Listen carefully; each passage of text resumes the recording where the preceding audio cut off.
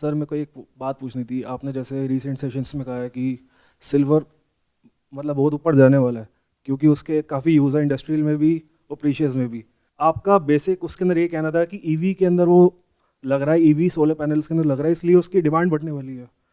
तो सर लेकिन अगर सिल्वर का रेट पहले ही अभी 3 लाख के आसपास है, अगर वो 7 लाख पहुँच गया, 8 लाख पहुँच गया, तो जिस इंडस्ट्री में वो यूज़ हो रहा है वो कंज्यूम हो पाएगा? अगर ईवीज़ के अंदर 7 लाख रुपए का सिल्वर लगेगा तो गाड़ियों की कीमत ऊपर नहीं हो जाएगी? मैंने ऐसा कब कहा कि सिल्वर का रेट ऊपर जाने वाला है? प्राइस का तो मैंने कभी भी नहीं कहा अपनी किसी भी वीडियो में कि ऊपर जाएगा या नीचे जाएगा। And price in comparison to what? When you talk about price, तो आप किसके कंपैरिजन में बोल रहे हो? यूएस डॉलर के कंपैरिजन में या इंडियन रुपीस के कंपैरिजन में या किसके कंपैरिजन में? Obviously in India you are talking in comparison to Indian rupees. And you think ये जो सिल्वर और गोल्ड है ये तो मेटल्स है, इसकी वैल्यू है किसमें? जो हमारे पास नोट है उसमें। It's a paradigm shift. जो मैं बोल रहा हूं और जिस तरीके से आप सोच रहे हो उसमें जमीन और आसमान का फर्क है, अगर आप ध्यान से समझ पाओगे तो। जैसे फॉर एग्जांपल आप में से किसी के पास में 500 रुपए का नोट है अभी जेब में, देना। तो ये वापस करना होगा मेरे को या मैं रख सकता हूं? रख लूं? अरे वाह, और किसी के पास भी है तो दे दो। तो आप जो सिल्वर की वैल्यू या गोल्ड की वैल्यू या जिसकी भी आप बात करते हो कि वो फ्यूचर में बढ़ेगा घटेगा, it's in comparison to what? In comparison to this which you call it as money. इसको समझे आज कि ये क्या है। इससे पहले जो आपने क्वेश्चन पूछा उसको मैं शॉर्ट में आंसर कर देता हूं। आपने कहा कि जब सिल्वर महंगा हो जाएगा, अगर मान के चलते महंगा हो गया तो, वैसे मैंने कभी नहीं कहा कि प्राइस बढ़ेगा घटेगा, अगर मान लेते हैं यहां से प्राइस बहुत ज्यादा बढ़ गया, तो आपका अजम्पशन ये है कि वो ईवीज में यूज होना कम हो जाएगा क्योंकि उसका प्राइस बढ़ गया है, उसकी डिमांड कम हो जाएगी। जबकि अगर आप ध्यान से देखोगे मेरी वीडियोस को तो मैंने क्या कहा है? डिमांड इज इनइलास्टिक, यानी कि डिमांड के ऊपर उस बढ़ते हुए प्राइस का इतना इंपैक्ट नहीं आने वाला है। उसके पीछे रीजन क्या है? ईवी के अंदर बहुत सारी ऐसी नई टेक्नोलॉजीज हैं, जैसे सैमसंग ने एक सॉलिड स्टेट बैटरी इन्वेंट करी है। क्या आप में से किसी को पता है उसके बारे में कि वो क्या होती है? जैसे अभी ईवी में सबसे बड़ी प्रॉब्लम क्या है? लिथियम की बैटरी है, उसमें क्या प्रॉब्लम है? चार्जिंग में बहुत ज्यादा टाइम लगता है और माइल्स इतनी ज्यादा नहीं मिलती है। अब ये जो नई बैटरी है सैमसंग की, और भी ऐसी कई कंपनीज हैं जो इस तरह की बैटरीज जिन्होंने इन्वेंट करी है और वो कुछ सालों में रोल आउट होने वाला है। उसमें क्या होगा? 9 मिनट में चार्ज हो जाएगी बैटरी और उसमें आप 800 से 900 किलोमीटर चला सकते हो। Plus it's going to be much safer than lithium battery. Lithium battery में प्रॉब्लम क्या होती है? उसमें आग लग सकती है, वो फट सकती है। तो it is going to be much safer, much easier to charge.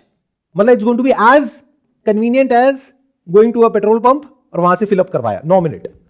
उसमें कितनी दूर चलेगी? 800 किलोमीटर, 900 किलोमीटर। इसको बोलते हैं सॉलिड स्टेट बैटरी। फर्क क्या है? एक नॉर्मल अगर गाड़ी है, ईवी की बात ना करें, उसमें अगर सिल्वर लगता है 25 ग्राम, ईवी में लगता है मान लो 50 ग्राम, इसमें लगेगा 1 किलो। बट अगेन अगर हम कहेंगे कि ये होने वाला है, ये हो जाएगा, इसके बेस पे प्राइस बढ़ जाएगा, ये वो, that is again the problem is कि जैसे मैंने कहा, तो आपका दिमाग कैसे चलेगा? Because you always think out of greed और फियर। तभी आप देखोगे मार्केट में एक पागलपन चलता रहता है। अभी अगर कल परसों की बात करी जाए, आप देखोगे ये गोल्ड और सिल्वर ईटीएफ में क्या हालत हुई है, कितना बड़ा क्रैश आया है, और आज आप जाकर के देखो वापस से ऊपर है। तो आप लोगों का क्या होता है? जरा सी कहीं से कोई न्यूज आती है या कोई अफवाह आती है या कोई गॉसिप आती है या किसी ने बोल दिया कि अरे बजट में ऐसा कुछ होने वाला है, कोई श्योरिटी नहीं है, कहीं से उड़ती उड़ती कहीं से खबर आई, पागलों की तरह गए, इन्वेस्ट कर दिया, फिर एकदम से आई नहीं नहीं नहीं, नहीं ऐसा नहीं हो रहा, बेच दिया। So you all have a vision which is very very short lived. In fact you don't have any vision. Vision तो है ही नहीं। मतलब ऐसे देखो कि आप देख ही नहीं सकते। तो कहीं से भी कोई भी आया, राइट लेना, राइट चल पड़े, लेफ्ट लेना, लेफ्ट चल पड़े, रुक जाओ, रुक गए। जो जैसा कह रहा है बस उसको मानते चले जा रहे हो, अपना दिमाग नहीं लगा रहे। तो अब मैंने बोला ये सैमसंग की सॉलिड स्टेट बैटरी आने वाली है, तो there are people all over the world, जैसे आप इसके बारे में रिसर्च करोगे, वो क्या कहेंगे? सिल्वर का प्राइस बहुत ऊपर चला जाएगा because of this solid state battery, which is not the absolute truth, क्योंकि उसको रोल आउट होने में भी टाइम है। इन अदर वर्ड्स, कि जो अभी बैटरीज हैं वो जो मैन्युफैक्चर होती है उसका एक पूरा का पूरा एक प्रोसेस है, एक मैन्युफैक्चरिंग प्रोसेस है, एक टेक्नोलॉजी है। उस टेक्नोलॉजी को ओवरनाइट रिप्लेस नहीं किया जा सकता है। ओवरनाइट ऐसा नहीं होगा कि आज ही रातों रात एकदम से सारी बैटरीज चेंज हो जाएंगी।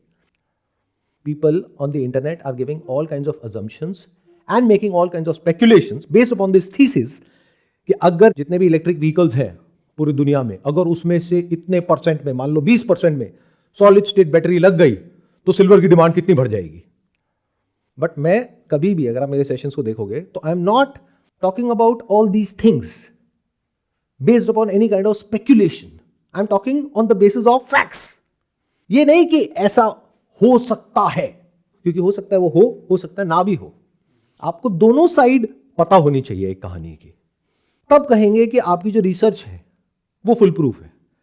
अगर एक साइड से रिसर्च कर रहे हो तो that research has a motive, that motive is greed, profit. तो आप आधा सच देख पाओगे, उसका आधा सच देख ही नहीं पाओगे. Make sense? यहां तक क्लियर हो रहा है? मेरे साथ साथ चल पा रहे हो? एक स्टेप आगे बढ़ते हैं. आप ये जो आपने मुझे गिफ्ट दिया है, इसको जरा ध्यान से समझते हैं. आप में से कितने लोगों ने इसको ध्यान से देखा है, पढ़ा है, इसके ऊपर क्या लिखा है? I promise to pay the bearer an amount of rupees this, rupees इतने रुपए का नोट होगा. यही लिखा है? हाँ, यही लिखा है.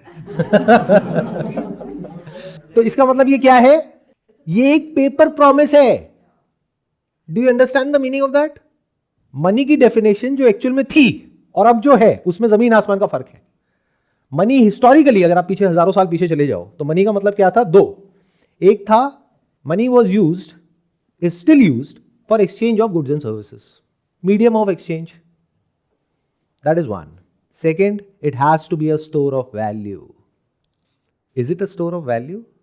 क्या आज से 20 साल पहले, 30 साल पहले, 50 साल पहले जो इसकी वैल्यू थी, आज भी उतनी ही है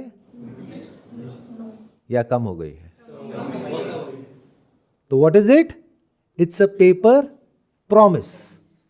प्रॉमिस किसका? गवर्नमेंट का. डिमोनेटाइजेशन के टाइम पे क्या हुआ था? यही 500 का पुराना वाला नोट जो है उसकी वैल्यू 0 हो गई थी. क्यों? प्रॉमिस तो था तब भी. गवर्नमेंट ने उसको इलीगल कर दिया कि this will not be the currency in trend.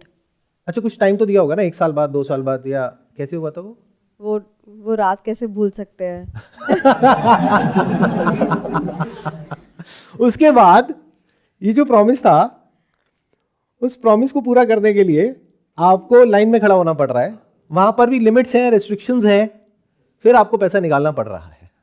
तो प्रैक्टिकली, एक्सपीरियंशियली आप सब लोगों को पता है कि एक प्रॉमिस है, लेकिन आपकी कंडीशनिंग कैसी है कि मनी है. दोनों में बड़ा फर्क है. यानी एक काउंटर पार्टी रिस्क है यहां पर. काउंटर पार्टी रिस्क का मतलब समझते हो? मतलब एक है आपने अपने आप को प्रॉमिस किया, एक है मैंने आपको प्रॉमिस किया. तो यहां पर क्या आ गया? एक काउंटर पार्टी. मेरे ऊपर है, मैं अपना प्रॉमिस पूरा करूं या तोड़ दूं. बट आपने खुद को प्रॉमिस किया, वहां पे रिस्क कंपैरेटिवली कम है. और ये जो काउंटर पार्टीज हैं वो बढ़ती चली जाती है जैसे जैसे आगे लेवल्स बढ़ते चले जाते हैं. यानी यहां पर वो रिस्क कंपैरेटिवली कम है. बट अगर ये बैंक में पड़ा है तो रिस्क ज्यादा है या कम है? ज्यादा. क्यों? Give me an explanation. It's intangible and also the custody of bank ना, बैंक कल को बोले ओके टाटा बाय बाय. क्योंकि पहले 2 पार्टीज थी, यानी कि एक आप और एक ये गवर्नमेंट. अब कितनी पार्टीज हो गई? 3. मान लो एक प्राइवेट बैंक है और एक गवर्नमेंट है और एक आप हो. इंडिया में और वर्ल्ड में ऐसे बहुत सारे बैंक्स हैं जो फेल हुए हैं. और जब वो बैंक फेल होता है और आप वहां पे जाते हो अपना पैसा निकालने के लिए, तो बैंक कहता है हमारे पास में था ही नहीं. तो रिस्क अगर बैंक में है तो इससे ज्यादा है, कम नहीं है. बट आप इसका एग्जैक्ट अपोजिट सोचते हो. आप कैसे सोचते हो कि मेरे पास पड़ा है तो सेफ नहीं है और बैंक में पड़ा है तो सेफ है. क्या बैंक में पैसा पड़ा है आपका? ऐसा आपको लगता है? बैंक को आपने लोन दिया है और बैंक ने आगे लोन दे रखा है. अगर बैंक की बैलेंस शीट है 1 लाख करोड़ की, तो उसमें से हार्डली 10 से 15%, 20% बैंक के पास में है, जिसको लिक्विड मनी बोलते हैं. बाकी का पैसा कहां है? किसी को लोन दिया है. वो लोन कितने टाइम में आएगा? मान लो कोई घर का लोन दिया है 20 साल के लिए, तो वो पैसा तो 20 साल बाद आएगा. तो ये जो पूरा स्ट्रक्चर है, ये किस बेसिस पे चल रहा है? इस अजम्पशन पे कि 100 में से एक टाइम पर मैक्सिमम 5-10 लोग ही आएंगे अपना पैसा वापस मांगने. अगर 100 आ गए तो बैंक के पास में पैसा ही नहीं है, तो गवर्नमेंट को आना होगा बीच में.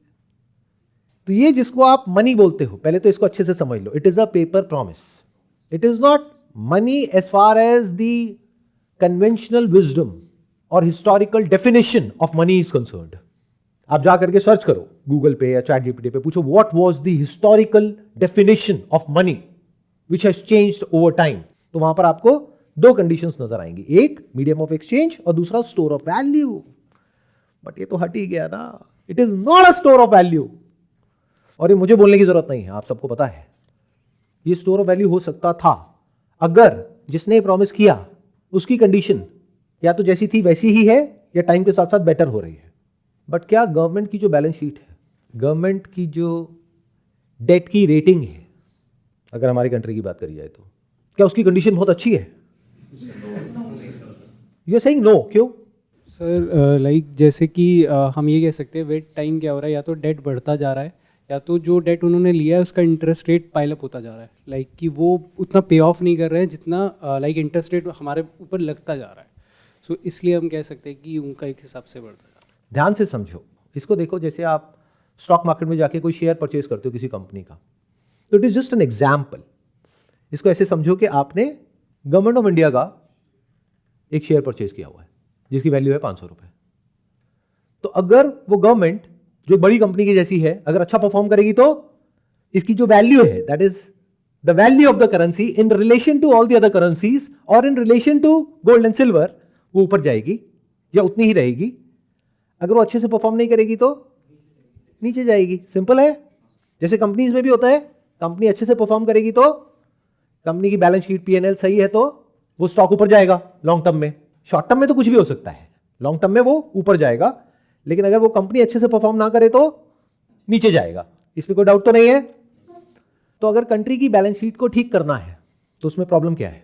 गवर्नमेंट को तो पता है कैसे ठीक करना है। प्रॉब्लम है जो पूरा का पूरा सिस्टम है। अगर गवर्नमेंट चाहे भी तो वो ठीक नहीं कर सकती, आप ठीक होने नहीं दोगे तो प्रॉब्लम आप ही लोग हो। क्यों? ये बैलेंस शीट ठीक कैसे होगी? रेवेन्यू बढ़ानी पड़ेगी, एक्सपेंडिचर कम करना पड़ेगा और डेट कम करना पड़ेगा। अब तीनों चीजों को एक एक करके समझो। रेवेन्यू कैसे बढ़ती है गवर्नमेंट की? Taxes, direct and indirect taxes. अगर कल को मान लो हाइपोथेटिकली, वैसे तो ऐसा कभी होने नहीं वाला है, but hypothetically I become the PM of India और मैं आकर के बोलता हूं टीवी चैनल पे कि कल से जो आपका टैक्सेशन का रेट है वो डबल हो जाएगा। ये जो स्लैब 12 लाख है ये घट करके 6 लाख हो जाएगा। तो क्या चारों तरफ मेरी जय जयकार होगी, खुशियों की एक लहर दौड़ जाएगी कि हमारी कंट्री अब प्रॉस्पर करने वाली है? या फिर रिवोल्ट होगा? गवर्नमेंट डिपार्टमेंट में जो लोग हैं उनकी सैलरीज पहले एक्स अमाउंट से बढ़ रही थी हर साल की, अब उससे आधे % से बढ़ेगी। क्या होगा? रिवोल्ट। तो रेवेन्यू बढ़ेगी कैसे? Explain it to me. कोई भी गवर्नमेंट अगर आप हिस्टोरिकली देखोगे, अगर पावर में आना चाहती है और पावर में रहना चाहती है, जैसे अगर मान लो मैं गवर्नमेंट में आ गया और मैं पावर में रहना चाहता हूं, तो मुझे क्या करना होगा? आपके लिए जो बेनिफिट्स हैं उसको बढ़ाना होगा। आपको बोलना होगा पिछली जो गवर्नमेंट थी उसने लिमिट दी आपको 12 लाख की, मैं दूंगा 24 लाख की। आप खुश? मैं प्रॉमिस कर रहा हूं, प्रॉमिस ही तो है, और पूरा कर भी दिया। मैं कौन सा जिंदगी भर वहां पर रहने वाला हूं उस कुर्सी पे? 5 साल बाद कोई और आ जाएगा। तो मुझे की फर्क पैदा है? आप भी खुश, मैं भी खुश। मुझे क्या चाहिए? पावर, वो मुझे मिल गई। आपको क्या चाहिए? Short term pleasure, short term benefit. Long term की आपको कहां पड़ी है? आपको तो इमीडिएट चाहिए ना। तो मैं क्या कहूंगा कि जो पुरानी गवर्नमेंट थी ये कितना पैसा दे रही थी आपके अकाउंट में? 5,000, मैं 50,000 दूंगा। तो मैंने क्या किया? एक्सपेंडिचर बढ़ा दिया, रेवेन्यू कम कर दिया। हर गवर्नमेंट यही तो कर रही है। किसी एक गवर्नमेंट की तरफ तो आप पिन पॉइंट कर ही नहीं सकते। एक आई आकर के बोली कि मैं फ्री इलेक्ट्रिसिटी दूंगा, फ्री पानी दूंगा, फ्री ये दूंगा, फ्री वो दूंगा। तो दूसरे ने कहा हम ये तो देंगे ही, इसके साथ साथ में ये भी देंगे। तीसरा आया, हम ये भी देंगे, हम वो भी देंगे। यही तो चल रहा है। और ये कंडीशन सिर्फ इंडिया में नहीं है, पूरे वर्ल्ड में है। गवर्नमेंट ने एक बार पब्लिक को कुछ दे दिया, वापस नहीं ले सकती। लोग सड़कों पे उतर आएंगे, प्रोटेस्ट हो जाएगा। तो गवर्नमेंट आज जितना भी स्पेंड कर रही है उसको बढ़ाना ही पड़ेगा। वो बढ़ता ही जाएगा समय के साथ साथ में, मतलब बैलेंस शीट और खराब होती जाएगी। रेवेन्यूज जो बढ़ती है टैक्स के थ्रू, अगर बिजनेसेस पे बहुत ज्यादा टैक्स लगा दिए तो क्या होगा? बिजनेसेस कहेंगे कि हम यहां पे क्यों बिजनेस करें, हम किसी और कंट्री में ले जाएंगे अपने बिजनेस को उठा करके। या बिजनेस फेल हो जाएगा। तो बिजनेसेस पे बढ़ा नहीं सकते, आप लोगों पे टैक्स बढ़ा नहीं सकते, तो रेवेन्यू कैसे बढ़ेगी? तो क्या करना पड़ेगा? डेट लेना पड़ेगा, या ये जो नोट है ये और छापने पड़ेंगे। जितना नोट छापोगे या जितना डेट लोगे उतना ही करेंसी की वैल्यू और टूटती चली जाएगी। तो क्या ये प्रेडिक्ट करना बहुत मुश्किल है कि it is a medium of exchange but it is not a store of value?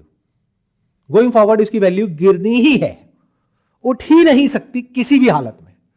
तो सर इसका एग्जैक्ट सोल्यूशन अगर गवर्नमेंट के पास भी नहीं है, आम इंसान के पास भी नहीं है, तो इसका सोल्यूशन क्या है? मतलब डिक्रीज ही होती रहेंगी चीज़ें? देखो फिर गड़बड़ हो गई, आप लोग एकदम से सॉल्यूशन पे क्यों आ जाते हो?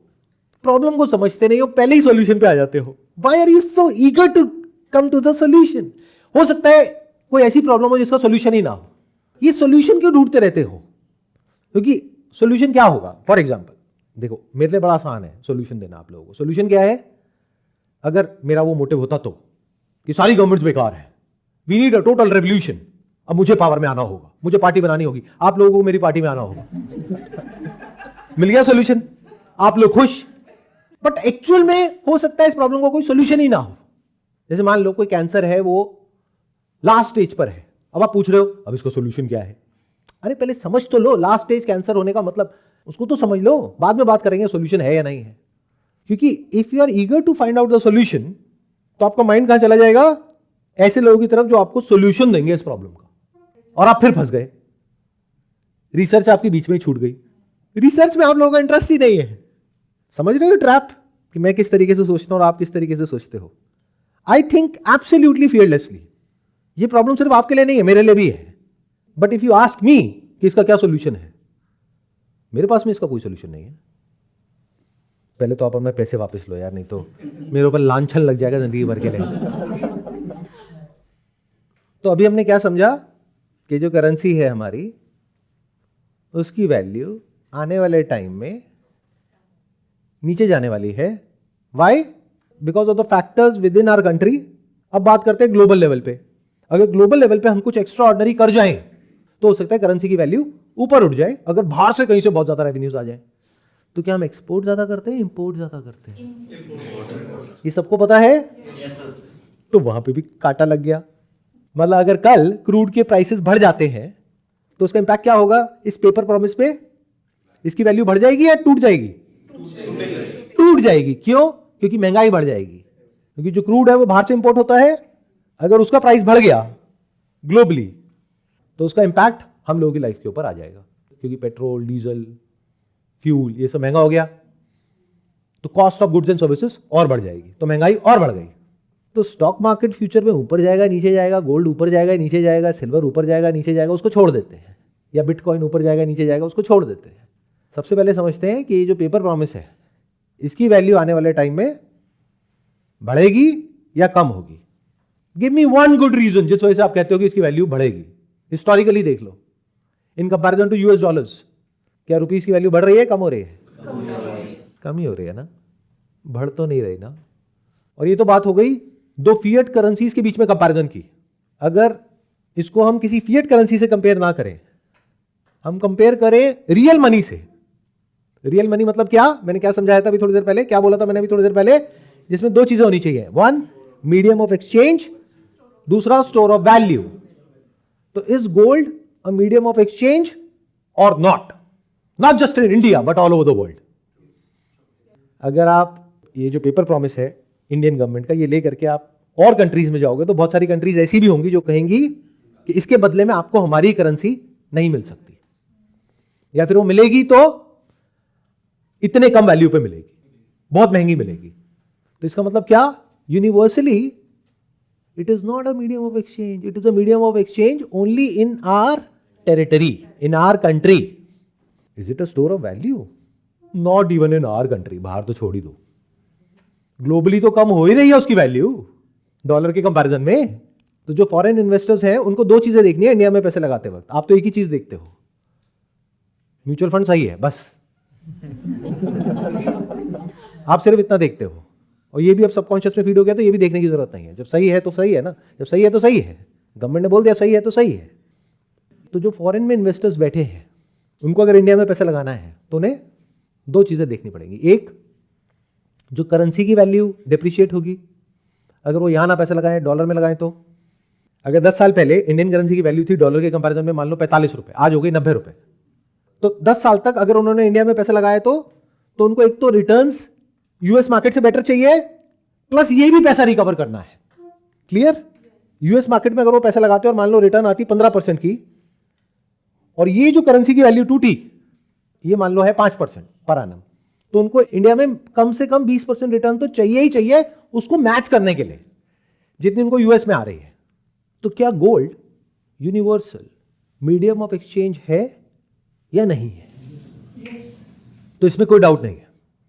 आपके पास में एक 100 ग्राम का प्योर गोल्ड का सिक्का है, आप पूरी दुनिया में कहीं भी जाओ, किसी भी ज्वेलर के पास में या किसी भी ऐसे इंसान के पास में जो बुलियन में डील करता है, उसको दो अपना और वहां की करेंसी ले लो, उसको एक्सचेंज कर सकते हो। It is a medium of exchange, और फिर वहां से गुड्स एंड सर्विसेज आप खरीद सकते हो। Number 2, is it a store of value और नॉट?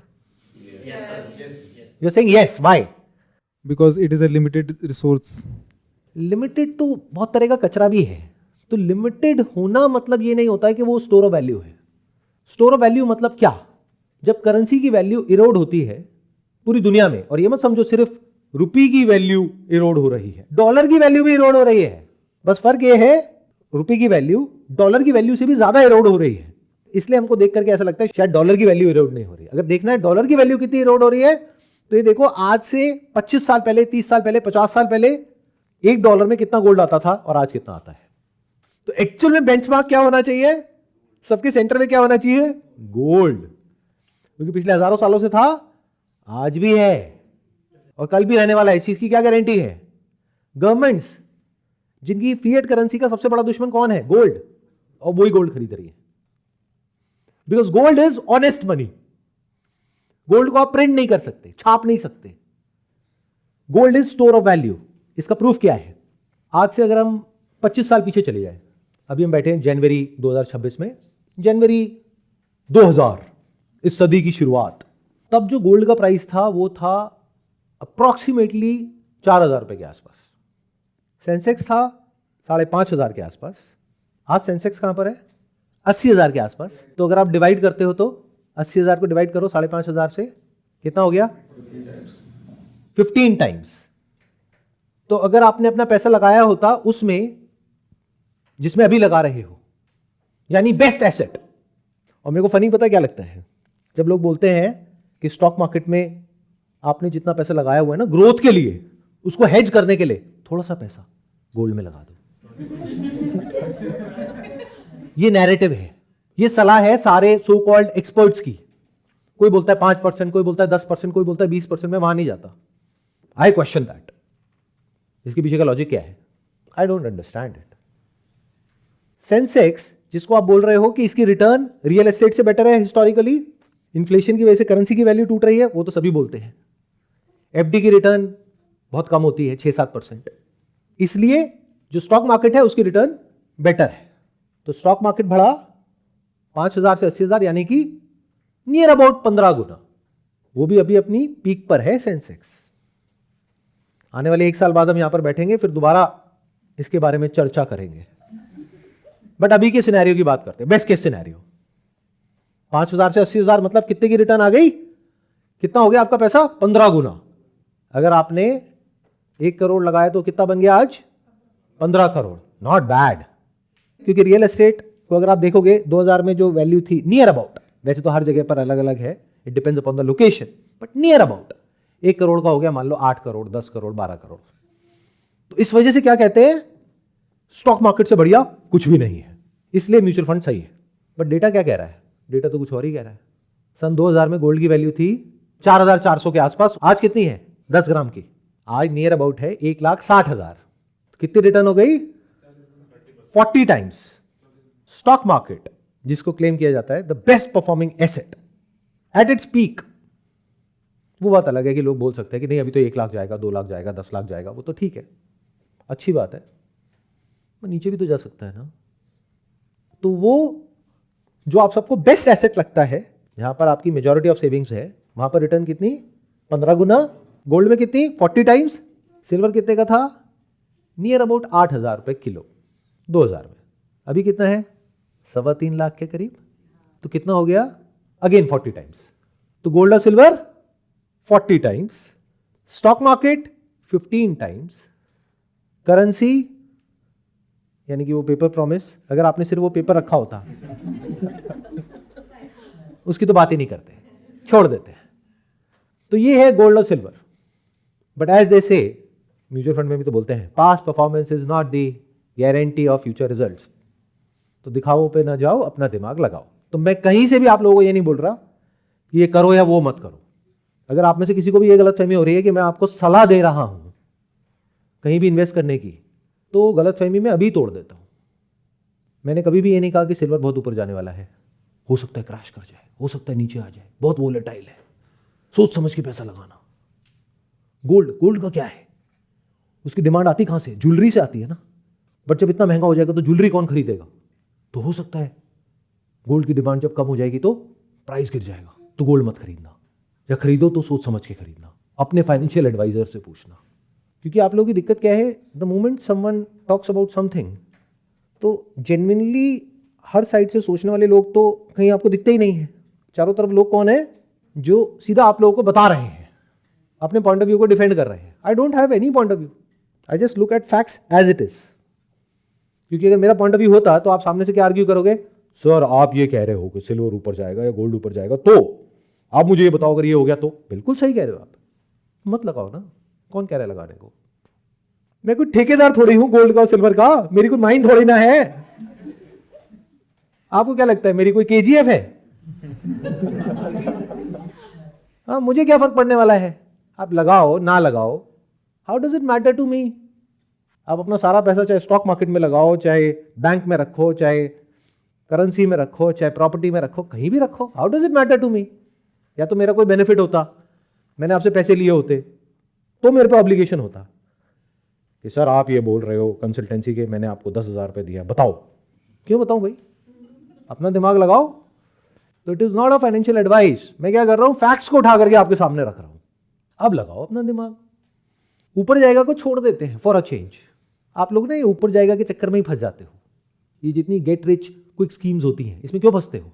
नीचे जाएगा के चक्कर में अभी लगा दो 50,000 रुपए, फिर देखो लाखों रुपए की बारिश हो जाएगी। मतलब ऊपर जाएगा, हर चीज ऊपर जाएगा। तो आज हम क्या बात करेंगे? नीचे जाएगा। क्या नीचे जाएगा? ये जो पेपर प्रॉमिस है, इसकी वैल्यू आने वाले टाइम में कम ही होएगी। पिछले 20, 30, 50 साल में कम हुई है, आगे भी कम ही होगी। ये प्रेडिक्ट करना बड़ा आसान है। कहां पर? सिर्फ हमारी कंट्री में नहीं, पूरी दुनिया में। इसको बोलते हैं fiat currency, which is D-linked from gold. मेरी पुरानी वीडियो में आपने देखा होगा जहां पे मैंने पूरा एक्सप्लेन किया था कैसे प्रेसिडेंट निक्सन ने आकर के ओवरनाइट डॉलर को गोल्ड से डीलिंक कर दिया। स्टेप बाय स्टेप कैसे डीलिंकिंग प्रोसेस हुई पूरी दुनिया में। तो फिएट करेंसी इसकी वैल्यू नीचे ही जाएगी। हर कंट्री में डेट बढ़ेगा, खर्चे बढ़ेंगे, कमाई कम होगी। तो इसका मतलब क्या हुआ कि जो फाइनेंशियल एक्सपर्ट्स कहते हैं उनसे मैं एग्री करता हूं इस पॉइंट पे कि अपना पैसा सेविंग्स अकाउंट में नहीं रखना चाहिए, क्योंकि वहां पे इंटरेस्ट है 2-3%। अपना पैसा एफडी में नहीं रखना चाहिए, क्योंकि वहां पे इंटरेस्ट बहुत कम है और उस पर टैक्स बहुत ज्यादा है। तो उससे बेटर क्या है? कुछ और सोचो।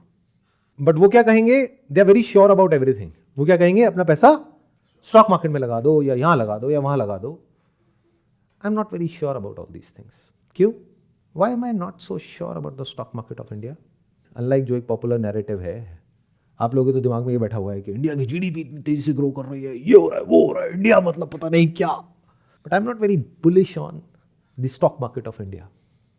करेंसी आपको समझ आ गई ना?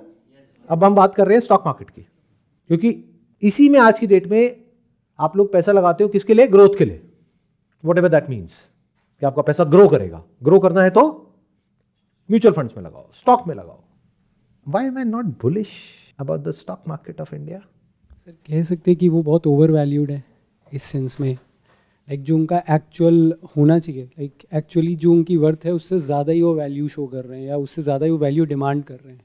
तो अगर हमको समझना है कि जो इंडियन स्टॉक मार्केट है वो ओवर वैल्यूड है या अंडर वैल्यूड है, तो हमें क्या देखना होगा? हिस्टोरिकली उसकी जो वैल्यूएशंस रही है ओवरऑल मार्केट की, मान लो निफ्टी की, सेंसेक्स की, वो कितनी रही है, वो कितने प्राइस टू अर्निंग रेशियो पे ट्रेड करती है। मान लो अगर वो हिस्टोरिकली ट्रेड करती है 16 पे और आज है 20 पे, तो इसका मतलब वो ओवर वैल्यूड है। लेकिन कोविड के समय पे क्या हुआ था कि अगर हिस्टोरिकली ट्रेड करती है 16 पे, तो उस वक्त मान लो वो हो गई 10 पे, तो इसका मतलब अंडर वैल्यूड है। But this is about historical valuations. This is just one part of the story. जो एक्चुअल स्टोरी है उसके लिए आपको समझना पड़ेगा कंज्यूमर सेंटिमेंट क्या है इंडिया में, जिसके ऊपर कोई प्रॉपर सर्वे नहीं होता है हमारी कंट्री में। और आपको समझना होगा जो बिजनेसेस हैं, एंटरप्रेन्योर्स हैं, उनका सेंटिमेंट क्या है। ये दो चीजों को अगर आप अच्छे से समझ जाओगे तो आप समझ सकते हो कि फ्यूचर में क्या होने वाला है। क्योंकि अगर कंज्यूमर सेंटिमेंट बहुत ही ऑप्टिमिस्टिक होगा, सब लोग बहुत खुश होंगे, जो इंडियन कंज्यूमर है वो बहुत खुश होगा, तो वो ज्यादा स्पेंड करेगा।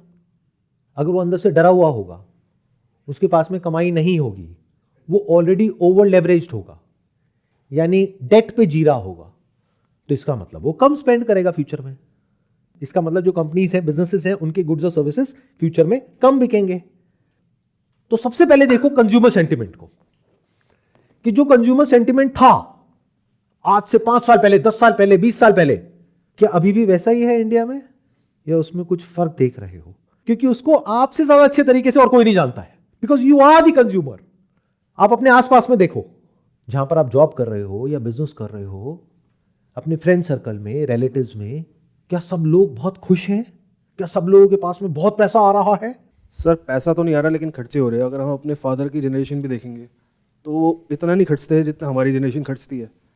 लेकिन हमारी जनरेशन में क्या है, इनकम इतनी नहीं है लेकिन वो लोन पे लेके भी वो कर रहे हैं खर्चा। तो क्या ये अच्छी बात है? अगर उसके साथ साथ में कमाई भी बढ़ रही हो, फिर आप लोन पे लेके कर रहे हो, उसमें कोई दिक्कत नहीं है। बट अगर कमाई नहीं बढ़ रही है, लोन बढ़ रहा है, तो ये तो बहुत ही खतरनाक कॉम्बिनेशन हो गया। आपकी जो अपनी बैलेंस शीट है, जैसे मैंने बात करी थी ना, कंट्री की बैलेंस शीट, कंपनीज की बैलेंस शीट, आपकी खुद की बैलेंस शीट कैसी है? कभी देखा है? वो तो पता ही है आपको। सैलरी मिलती है 7-8 तारीख को, 10 तारीख को, 15-20 तारीख तक आते आते क्या हो जाता है? स्ट्रेस लेवल बढ़ता है ना। वो जो खुशी है वो शॉर्ट लिव्ड होती है, 2-4 दिन 5 दिन की होती है, उसके बाद में टेंशन शुरू हो जाती है। अब क्या करें, इसका मिनिमम अमाउंट ड्यू दिया, फिर वहाँ से उधर पैसा घुमाया, फिर ये किया वो किया, वहाँ से मांगा, यार 10 दिन के लिए दे दे, यार ये कर दे, यार वो कर दे। इससे आप आइडिया लगा सकते हो कि फ्यूचर में स्टॉक मार्केट ऊपर जाने वाला है, नीचे जाने वाला है। There is no rocket science about it. In other words, currency की वैल्यू ऊपर जाएगी नीचे जाएगी, किस पर डिपेंड करता है? नेशन की जो बैलेंस शीट है, कंट्री की जो बैलेंस शीट है। और स्टॉक मार्केट ऊपर जाएगा नीचे जाएगा, ये किस पर डिपेंड करता है? आप लोगों की जो बैलेंस शीट है, आप लोगों का जो पीएनएल है, कंज्यूमर्स का। आपकी भी तो अपनी एक बैलेंस शीट है या नहीं है? बनाते नहीं है वो बात अलग है, आपको पता नहीं है वो बात अलग है। एक तरफ है खर्चे, एक तरफ है कमाइयां, एक तरफ है कर्जा। देख लो अपनी बैलेंस शीट कैसी है, पता लग जाएगा। इसके ऊपर बहुत सारे सर्वेज हो रहे हैं, जिसमें से बहुत सारा डेटा पब्लिकली अवेलेबल है, तो देख लो कि वो बैलेंस शीट बेटर हो रही है या खराब हो रही है। इससे क्या कनेक्टेड है? Stock market. अब ये इंफॉर्मेशन पहले किसको मिलेगी? बिजनेसेस को। यानी कि ये जो कंपनीज के जो ओनर्स हैं, फाउंडर्स हैं, जो ऊपर टॉप पे लोग बैठे हैं, सीईओज हैं, उनको तो सब कुछ दिख ही रहा है ना। बट वो खुल के नहीं बोल सकते ना आप लोगों को, ना अपने एम्प्लॉइज को बोल सकते हैं, बट उन्हें तो पता है ना। तो जैसे उन्हें पता लगेगा तो उनका सेंटिमेंट भी खराब हो जाएगा। मतलब क्या? वो कम पैसा लगाएंगे, पैसा बाहर निकालने के बारे में सोचेंगे। ये भी सारी स्टैट्स और डेटा पब्लिकली अवेलेबल है, आप देख सकते हो कि जो प्राइवेट कंपनीज है वो इंडिया में क्या पैसा ज्यादा लगा रही है या कम लगा रही है, और उसके पीछे क्या रीजन है, उसको भी समझ सकते हो। तो इससे हमें क्या समझ आया कि जो स्टॉक मार्केट है, यानी कि जो बिजनेसेस हैं, listed businesses in India, that is connected to what? The consumer of India. क्योंकि हमारा जो एक्सपोर्ट है वो कम है, इंपोर्ट ज्यादा है। तो अगर गोइंग फॉरवर्ड कंजम्पशन बढ़ेगा आप लोगों का, जो कब बढ़ेगा? जब लॉन्ग टर्म में आपकी बैलेंस शीट अच्छी होगी। अगर खराब होगी तो शॉर्ट टर्म में तो बढ़ जाएगा कुछ महीनों तक, कुछ सालों तक, लेकिन वो कभी ना कभी जाकर के कोलैप्स करेगा ही करेगा।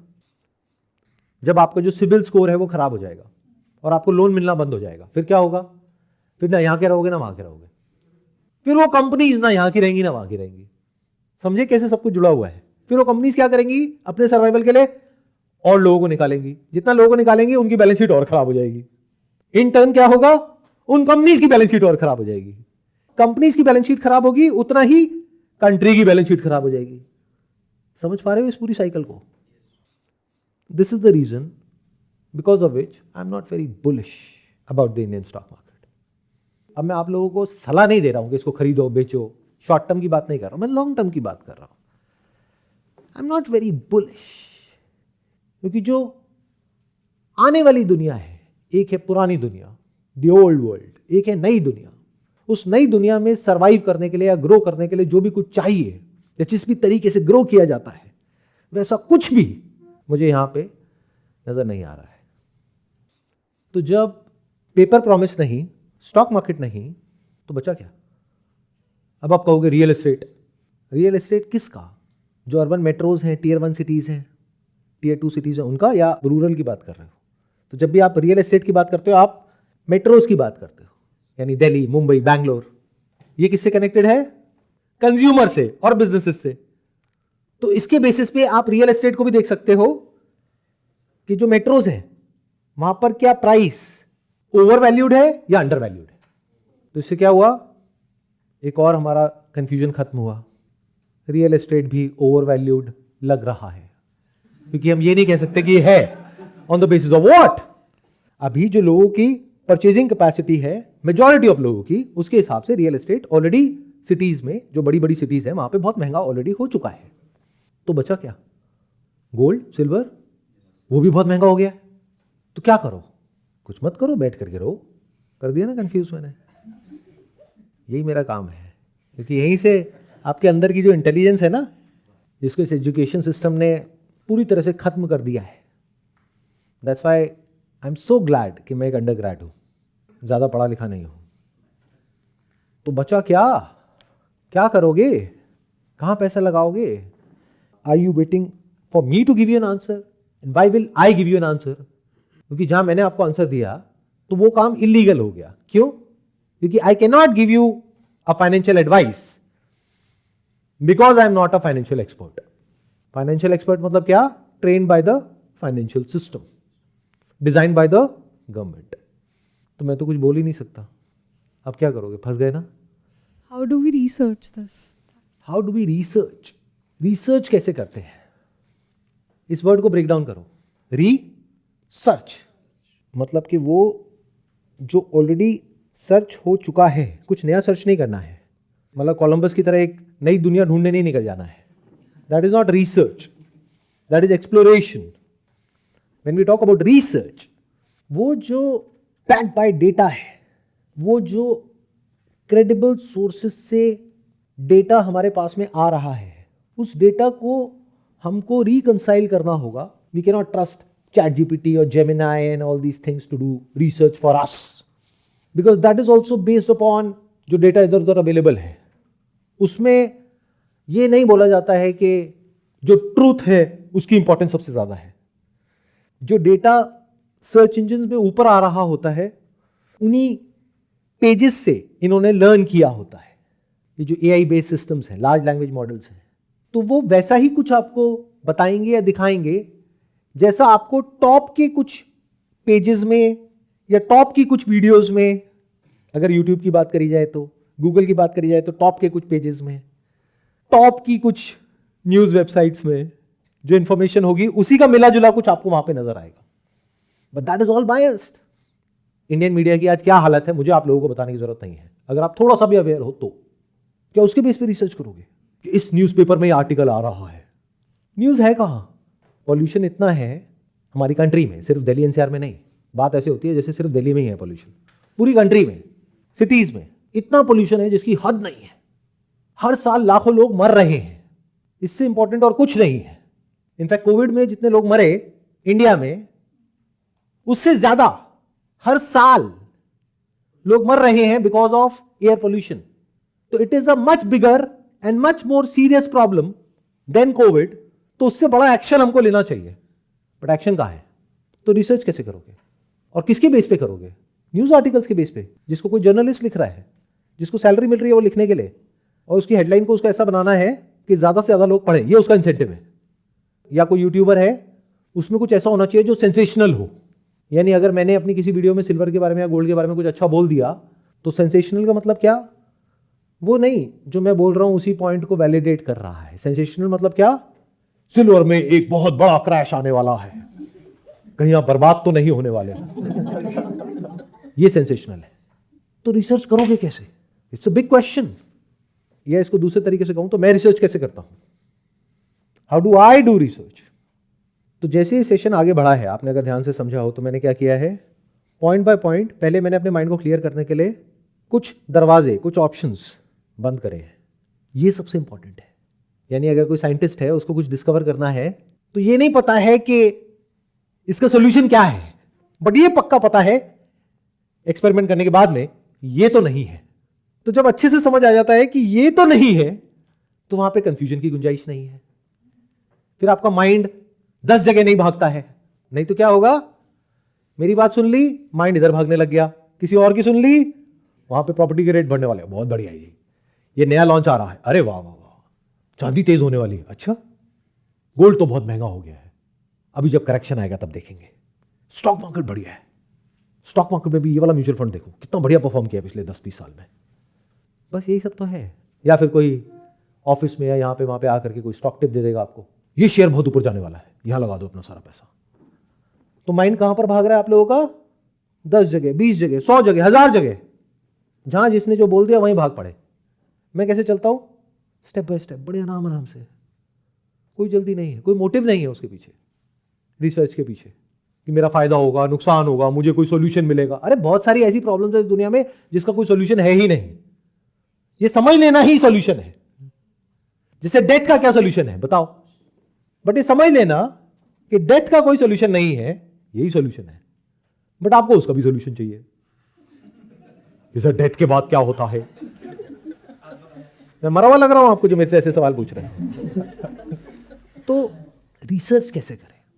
You have to dig very deep and you need to have that kind of an inclination that I need to know the truth based upon facts from credible sources. वो sources जो influenced ना हो, और अगर हो भी तो वो भी आपको समझ आ रहा हो कि ये वाला जो फैक्ट यहां से निकल करके आ रहा है इसमें मिलावट है। So it's a process of negation. Research is a process of negation, not acceptance, जैसा आप समझते हो। आप रिसर्च का मतलब क्या समझते हो? सिल्वर के ऊपर रिसर्च करते हैं, मतलब क्या? आप चैट जीपीटी पे जाओगे, जाकर के पूछोगे will the prices of silver go up और डाउन इन द फ्यूचर, यहीं पे गड़बड़ हो गई, क्योंकि पीछे आपका मोटिव है। अगर उसने बोल दिया अप जाएगा तो खरीद लोगे, डाउन जाएगा तो बेच दोगे। सो research is a process of negation. Negation मतलब चीजों को कम करना, छोड़ते चले जाना, छोड़ते चले जाना, छोड़ते चले जाना, छोड़ते चले जाना, और एंड में जिसको आप ना छोड़ सको, छोड़ने का कोई तरीका ना हो, वो सत्य है। That is the truth which is as clear as me sitting here. वहां से कॉन्फिडेंस आता है कुछ ऐसा करने का जो पूरी दुनिया सोच भी नहीं सकती। जैसे आपके पास में 1000 तरह की इंफॉर्मेशन आई, उसमें से 990 को आपने हटा दिया, सिर्फ जो 10 पीस ऑफ इंफॉर्मेशन आई उसमें से भी सिलेक्ट करके, क्योंकि एब्सोल्यूट कुछ नहीं होता है, ये नहीं कि ये 10 के 10 बहुत बढ़िया है, उसमें से भी मान लो 50% है जिसमें डाउट करने की गुंजाइश है, उसको भी हटा दिया, बचा क्या?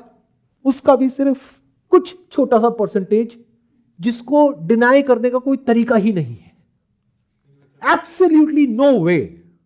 और जब आपको सत्य पता लग गया है, अब पूरी दुनिया झूठ में जी रही है तो जीने दो ना, उनको क्यों तंग करना है? ये दुनिया झूठ में ही जी रही है। और यही तरीका है whether you want to walk on the path of the so called materialistic world और spiritual world, there is no other way.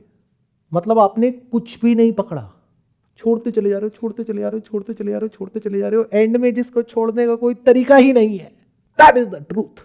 And that is like fire burning right in front of you, जिसको आप चाह करके भी अनदेखा नहीं कर सकते हो। You can feel the heat, you can see it, you can feel it. On the basis of that, you act. And that action is always right.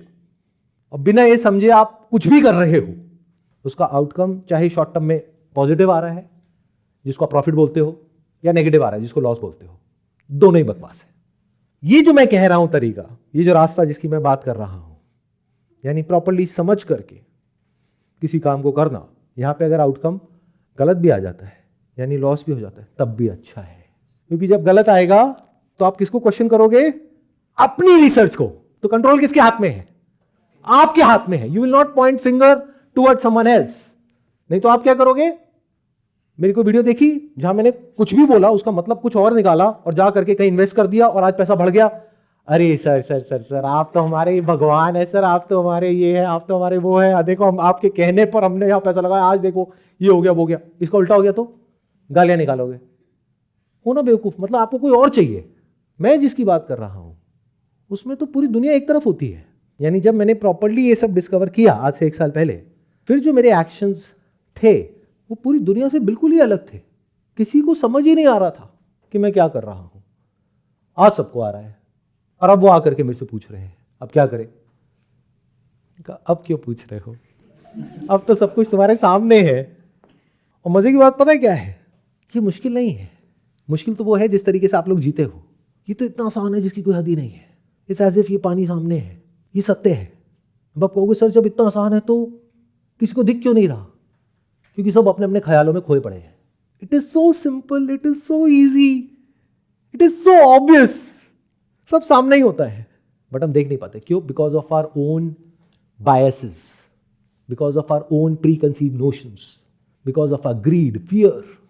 I have a question कि अगर हमें ये पता चल गया कि हमें क्या नहीं करना है, पर हमें ये नहीं पता पड़ पा रहा कि क्या करना है, तो जो उसके बीच का टाइम है तब तक हम क्या करें? लाइफ में ये इंपॉर्टेंट नहीं है कि हमें क्या करना है.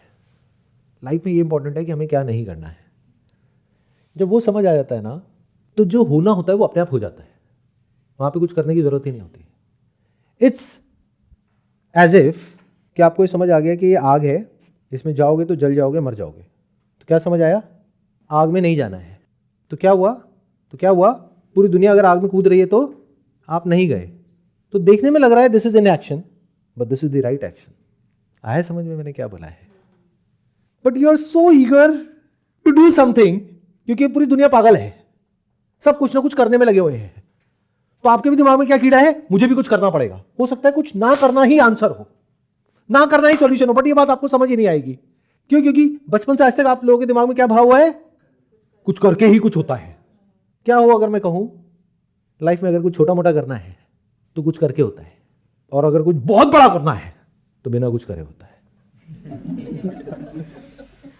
बिना कुछ करे होता है. क्योंकि अगर वहां पर कुछ भी किया तो काम खराब हो जाएगा. इनफैक्ट कुछ ना करना सबसे बड़ी क्वालिटी है लाइफ में. जब आपको समझ आ गया है कि ये करना है और ये नहीं करना है, तो उस वक्त समझ आने के बाद में कुछ नहीं करना होता है, आराम से बैठना होता है. पेशेंस. कितना पेशेंस? Infinite patience. पूरी दुनिया में तहस नहस हो रहा है, दुनिया क्या कह रही है, यहां क्या हो रहा है, वहां क्या हो रहा है, हाउ डज इट मैटर? कुछ नहीं, मतलब कुछ नहीं. अगर मैं इसको उससे रिलेट करूं जो अभी आज हमारा जो डिस्कशन हुआ है पूरा का पूरा, मतलब अगर समझ आ गया फिएट करेंसी नहीं, तो सिर्फ ये नहीं समझ आया यहां की फिएट करेंसी नहीं, ये समझ आ गया किसी भी कंट्री की फिएट करेंसी नहीं. तो अब इसमें क्या करना है?